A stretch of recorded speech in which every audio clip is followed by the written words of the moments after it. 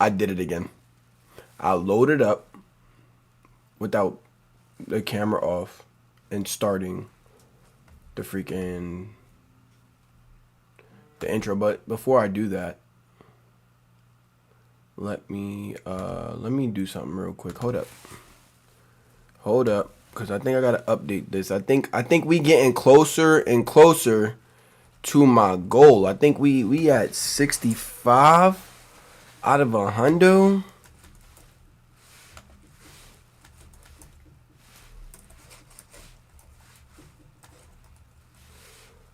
Bang.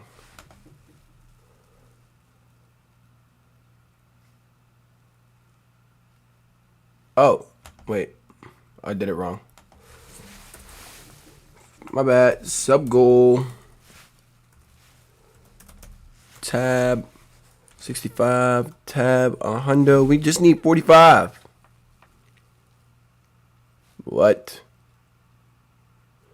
Oh, shit. Hundo 65. Start goal. Bang! There we go. That looks a lot better. Yeah! 32 days to get 45 followers. Roach was good. You got the notifications on, bro? My boy Corn got the notifications on. What's up? Alright, wait. I didn't cue the intro, so...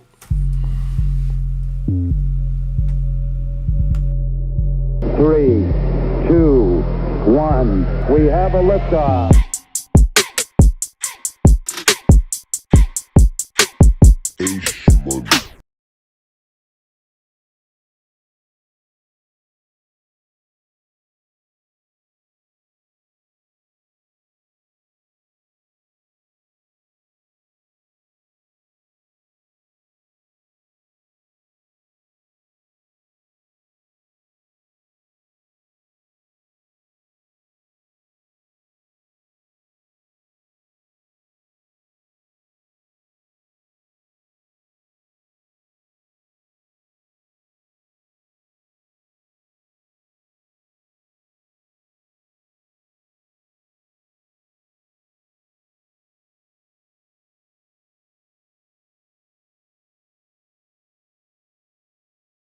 That's why my mic was muted. My bad. Okay, restart what I was saying.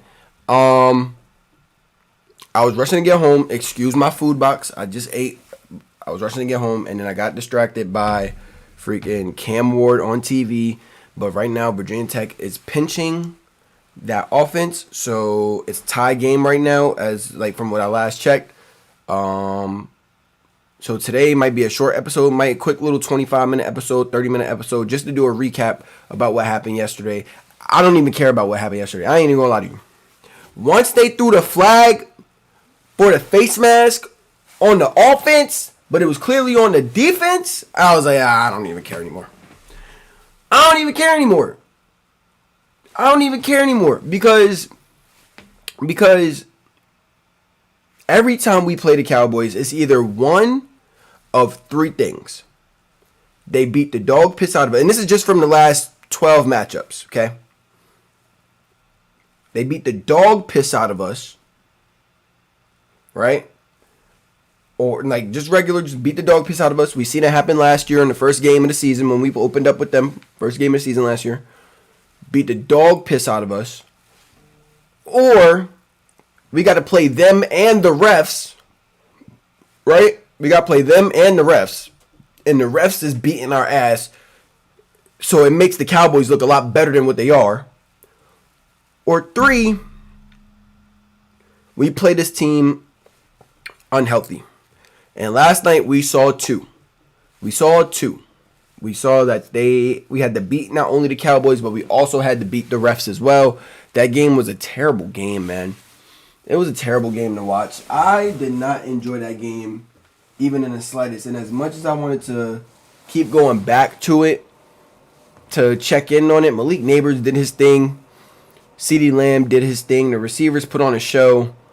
But 1.1 yard per carry, New York. Really? Against the worst rush defense in the league, 1.1 yard per carry. Either Devin Singletary is not it, or we wasn't scheming up the right things. And I think I'm going to lean towards one. Derek, that's the one thing I really don't like about Devin Singletary. He's inconsistent.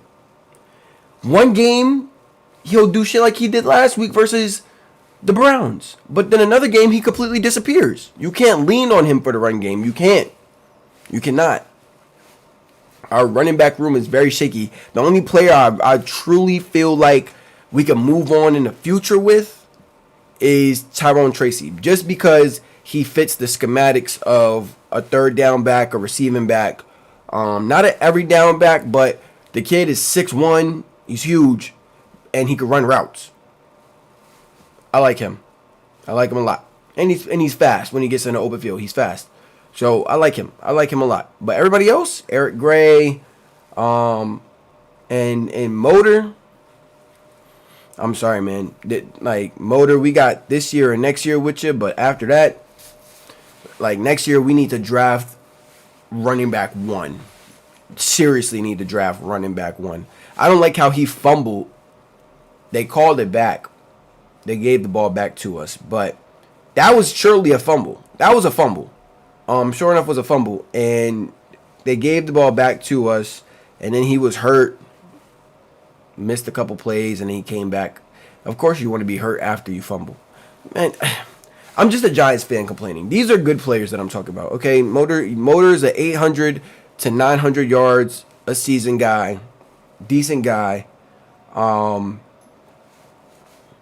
I think, honestly, if we had a offense, they just can't get it done. And it's the leader, man. It's the leader of that offense. And it's Daniel Jones. Daniel Jones, you just can't get it done, my guy. You can't. Deonte Banks, you are dog food. You look like dog food out there, brother. You look like you are, and you're not in a slow feeder. Okay, you not in no slow feeder. You in a full open extra large bowl of your, and we filling that bowl up with you. Dog food, kibble, Blue Life. Okay, Nulo. And you not wet dog food. You regular dry crunchy ass dog food right now, son. I don't know what's going on with you right now, dude. But in the red zone, you suck. I'm gonna call it what it is. I'm gonna call it what it is, bro.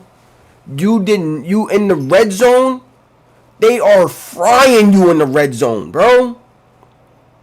Frying you. And you didn't really get red zone opportunities yesterday, but in the press, right? Because they didn't have to get to the red zone. We kept stopping them to where they couldn't get into the red zone. But in the press, okay, in the press, you are getting cooked. Barbecue chicken, bro. You free out there. You free work. Yeah, you made a good break on the ball early in the game against CD. CD wasn't letting that happen again. He wasn't letting that happen again. Yo, you pressed him, and he literally pointed at you, son. He said, yo, he looked at Dak. He said, yo, Dak, look, son. Look. Look how close he is. And I'm going to run this slant on you. And I'm going to get the first down. And I'm going to cook you on this go route and beat the double coverage. Because that was a shell coverage. It was man 2 for the touchdown he had, the 55-yarder. It looked like it was a man 2 or a shell high to double over top of CD to make sure CD did not get the ball. And CD found a way to get open inside. And Banks, you blew it. All you had to do was contain him and get him outside. How the hell do you let him get inside? And even when you did let him get inside, you didn't help your safety out to slow him down. Oh, man. Oh, man. I can't be mad at my D-line. My D-line, y'all played y'all ass off. D-line played y'all ass off. Linebackers, I would like a little bit more from you, but y'all played well as well. It's just our secondary, man. Y'all got to hold it down, man. Y'all got to hold it down, man. It's going to be a long season for New York. It's going to be another long season. Malik Neighbors, we overused him. You have to be able to go to other guys, and it's hard to do that when your quarterback refuses to go to those other guys, or because we have the quarterback that we have, we can't really rotate our deep threats in the game. We got 4-4, 4-3 guys for no reason. Seriously. We got Hyatt and Slayton on the field for no reason. Slayton, you need to catch the ball, buddy. Consistently. That curl route where DJ only put it where you can get it. Like, listen, from the line of scrimmage to 20 yards out, I could trust DJ. I ain't gonna lie to you. I could trust him. Man, 20 might be a stretch, but 15, line of scrimmage to 15, DJ, I got you. I trust you. Making the throws. Making the right throw, but making an accurate throw, sure, I could trust you. Anything past that, we can't do that, obviously. You missed Neighbors on the wide open post. You hit Neighbors on a sweet ass double move to start the drive, but you aired it, so he had to stop for the ball, which helped the safety catch up. If you put that on a rope, like the moment he breaks and you throw that joint on the line, like right now, that's 6. I'm sure that's 6. He's beating that safety. That's 6. Okay. And then we had a free play to Slayton down the field off the false start, off the offsides, and you underthrew it. How? I don't know. I don't know how you're underthrowing these open throws, bro. I can understand if you want to underthrow it to get the PI, but you're not even doing that. You're just throwing these joints.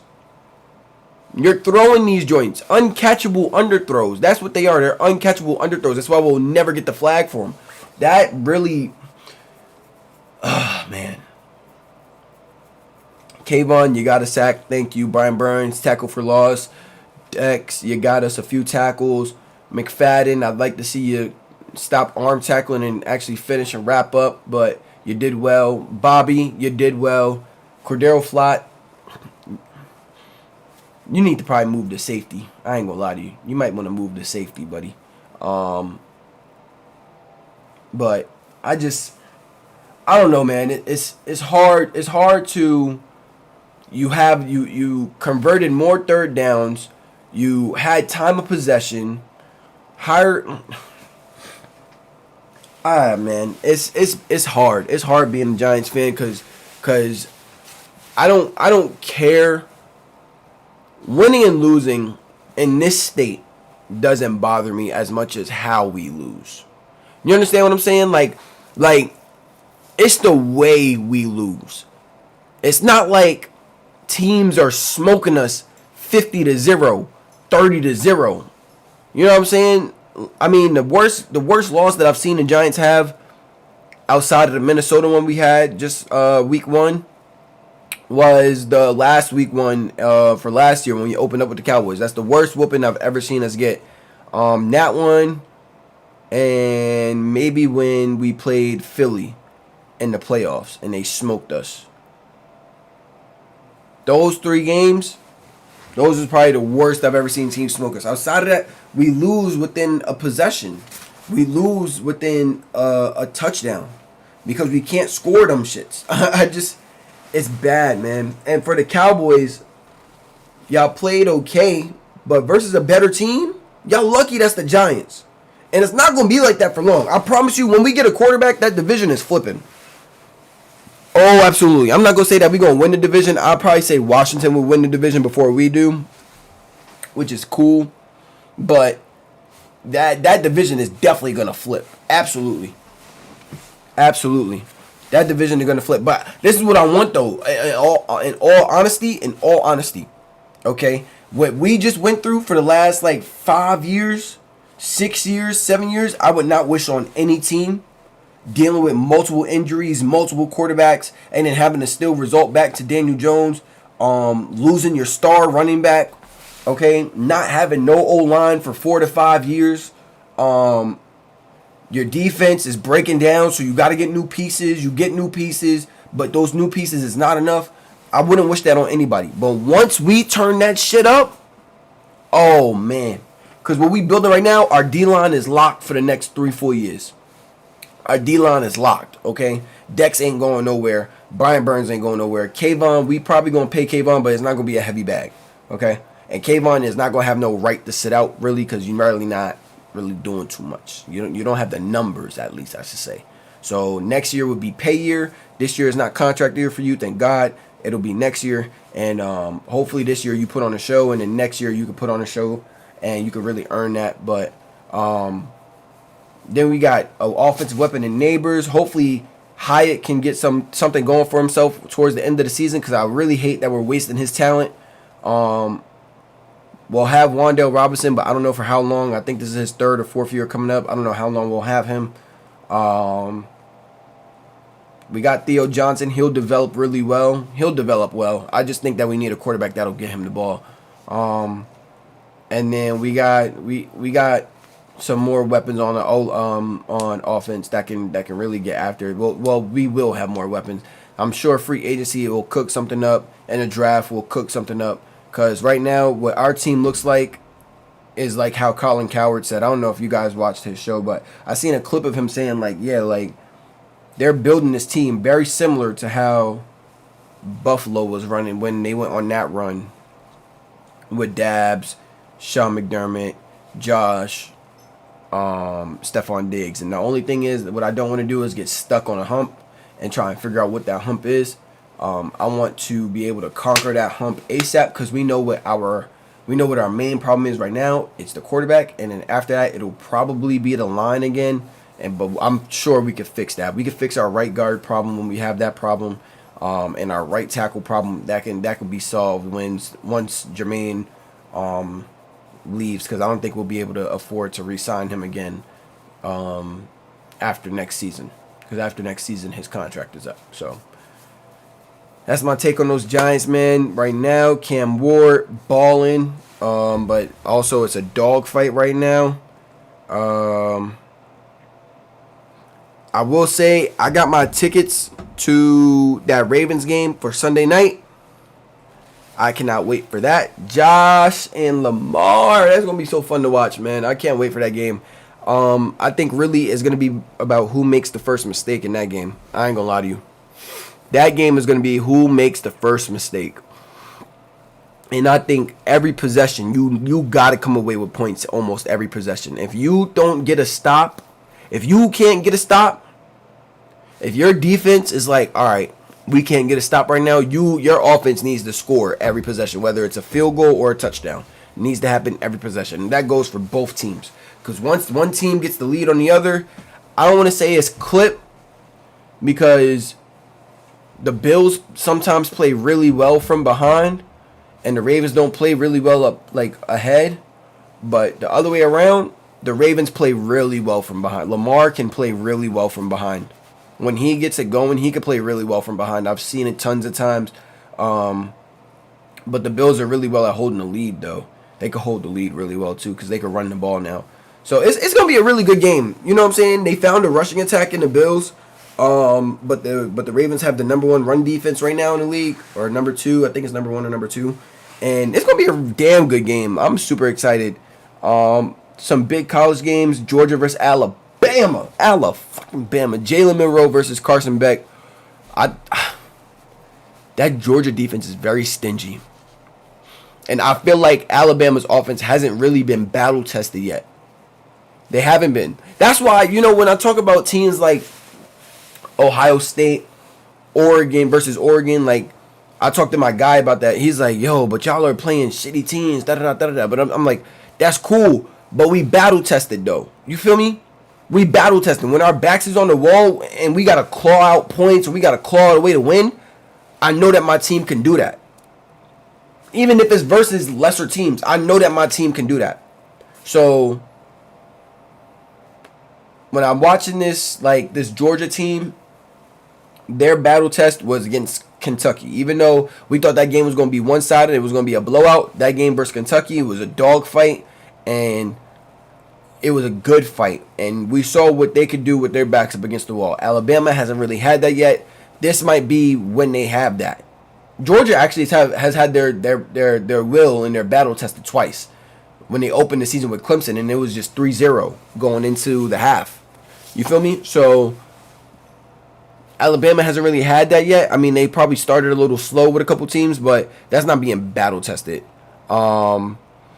We do have UCLA tomorrow, and that's going to be another like sneaky good game. I feel like honestly, when we get everything clicking on all fronts for Oregon, we are probably one of the better teams in the country.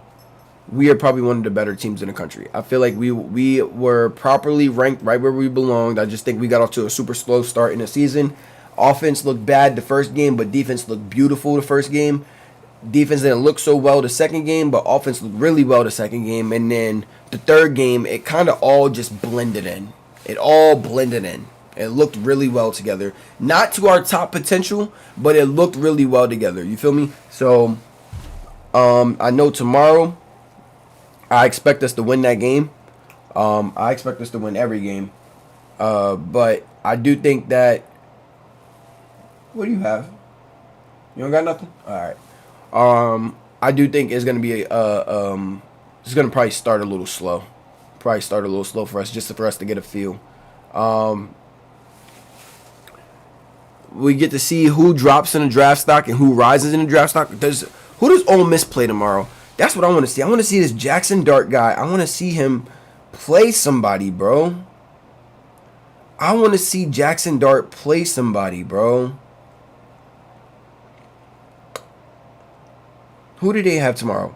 They have Kentucky tomorrow, who just came off of a really gritty loss to Georgia. So if they can keep playing like that, teams against like the number 1 country, and you're about to play number 5, I would like to see you, like I want to see Ole Miss battle tested. That's what I want to see. I want to see Ole Miss battle tested. They got a gauntlet. They got Kentucky, then they got South Carolina, then LSU, and then Oklahoma. That's a gauntlet. And then they got Arkansas, who's no slouch, but then they got Georgia, Florida, and Mississippi State. So they have a gauntlet, and I get to see with Lane Kiffin, best play caller in football right now, and Jackson Dart, who seems to be one of the best gunslingers in the game right now. I get to see what those two look like together versus some dogs, some big dogs, where everybody on the field is a big dog. You know what I'm saying? Where their best 11 is on the field and your best 11 is on the field. And then your best 11 and their best 11 match up really well. Excuse me. I also wanted to talk about some new updated predictions. Basketball is on the way, right? Basketball starts in about a week, 2 weeks, preseason. Starts in a little while. And I want to say who my breakout player is, because I'm going to end the stream in about 7 minutes. My breakout player, Paolo from Orlando. I think that this year he's going to take off this year. I think this year he is going to take off. He's going to have that Orlando team looking like some goons. Like a team, like that's going to be that one team where they may not look like they got a whole lot, but in a matchup, you don't want to match up with them. You don't want to match up with them. That's that dark horse team that I feel like they're gonna be like that 6th or 5th seed, that 5th or 6th seed in the East. No, it's not. Ben Simmons needs this. No, they need to retire Ben Simmons. He's a thief. Paolo, man. Paolo is a dog, man. Paolo is a dog, man. If Paolo can really carry that team, backpack that team is going to be a really bad matchup for some teams in the playoffs, man. Really bad matchup. Like, for Cleveland, I like Cleveland in that series, but, like, again, I wouldn't be surprised if Paolo kills them. Atlanta, if they make the playoffs, Paolo's killing them. Who else? Toronto, Paolo's killing them. Who else? Miami. Got Bam. Jimmy Buckets, if they don't trade him, he should be traded by then, though.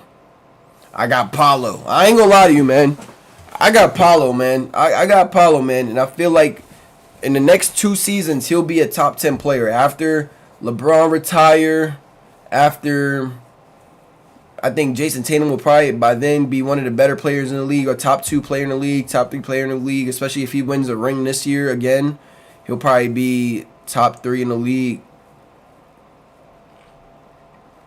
Still got Jokic, you still got Embiid, Ant-Man. Once he starts to get his to reach his potential, Luka, AD, Wemby, Giannis.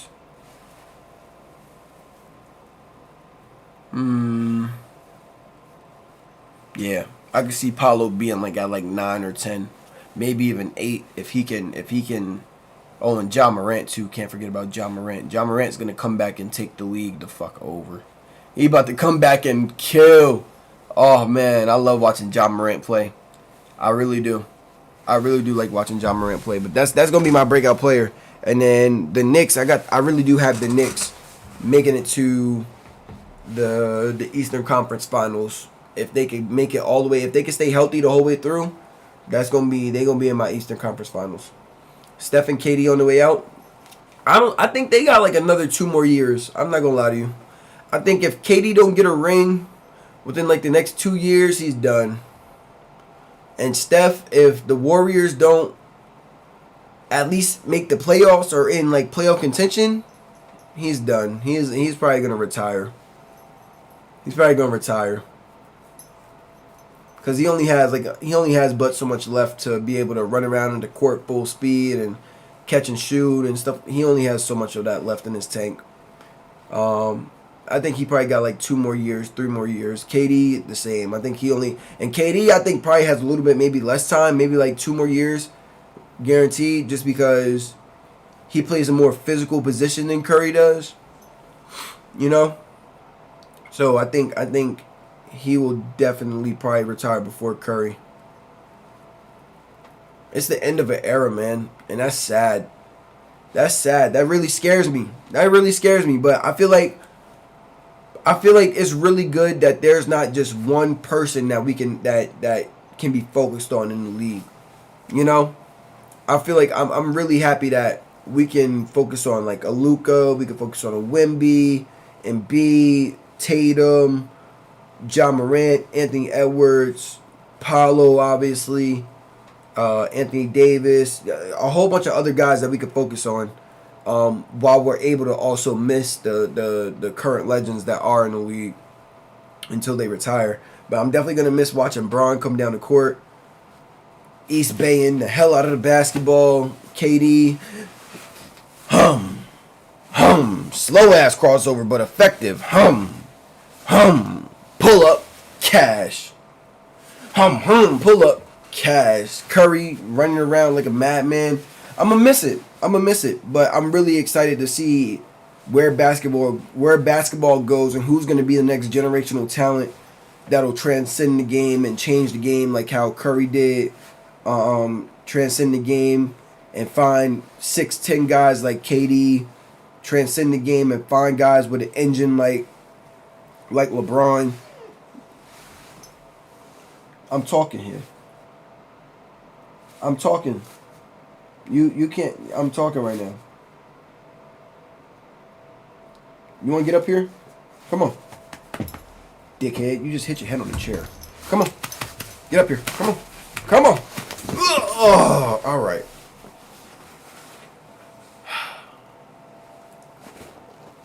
Oh, man. But yeah, what was I saying? Oh, legends. Yeah, man, it's gonna be sad. It was sad the other day when D Rose retired, very sad. But he had a career. What D Rose could have been if D Rose didn't tear his knees up, man? What D Rose could have been? Definitely probably would have been like a top 5 guard of all time, man. Definitely one of the most athletic guards to ever play. But it's going to be sad, man. It was sad seeing D Rose retire. It was sad seeing Wade retire. It was sad seeing Kobe retire. Because those is legends. Like, those is really legends, man. sad seeing Melo retire. Melo, I'm gonna tell y'all who my favorite players of all time are. It goes LeBron, and LeBron just got to the number 1 spot. LeBron used to be like 3 or 4, but LeBron just got to the number 1 spot. And then it's Carmelo Anthony, and then it's Allen Iverson. Those are my favorite 3. If I wanted to add 2 more players, Shaq is 4. Shaq is number 4. And then Amari Stoudemire is 5. Those are my favorite 5. Those are my favorite 5 players of all time. Those are my favorite 5 of all time. I really just gave you a starting lineup for real. I'm not going to lie to you. I just gave you a starting lineup. Dead ass. I could put Amari at the 4. I could put Shaq at the 5. I could put Curry can run the 2. Melo can run the 3. And I got Braun at the point. Oh my God. That is a crazy team. Talk about getting boards, getting blocks, and being able to run the court. What? What's wrong? Why are you doing all that? Man. That's a fact, Corn. We're never going to see that again. We're never going to see that again, man. We're never going to see that again. That's crazy, man. That's crazy. But hopefully, I hope y'all are enjoying your weekend. Tonight, I'm going to end the stream a little early. I normally run through 10 o'clock, but tonight I'm going to end it a little early. Got some other things that I got to do. And I really only wanted to talk about yesterday's game and that quick breakout. Tomorrow, I'm going to get up. It's going to be an early stream tomorrow. So around like, it'll be regular time. It'll be a 10 o'clock stream tomorrow. Tomorrow will be 10 o'clock stream, 10 EST AM. Probably another quick one. Just going to give you guys the big games of the day, what to look out for. Who I think might be our headlines that we're talking about Tuesday night after the weekend. And that'll be it. So I'll see y'all tomorrow morning. Hope y'all have a good night. If I don't see y'all tomorrow, I'll see y'all Sunday. If I don't see y'all Sunday, I'll see y'all Tuesday. But until then, like, comment, share, subscribe. You see I'm at 65 right there. It says 65. Let's get that to a hundo. Can't do that without y'all. Until then, though, Coco, say bye. Peace.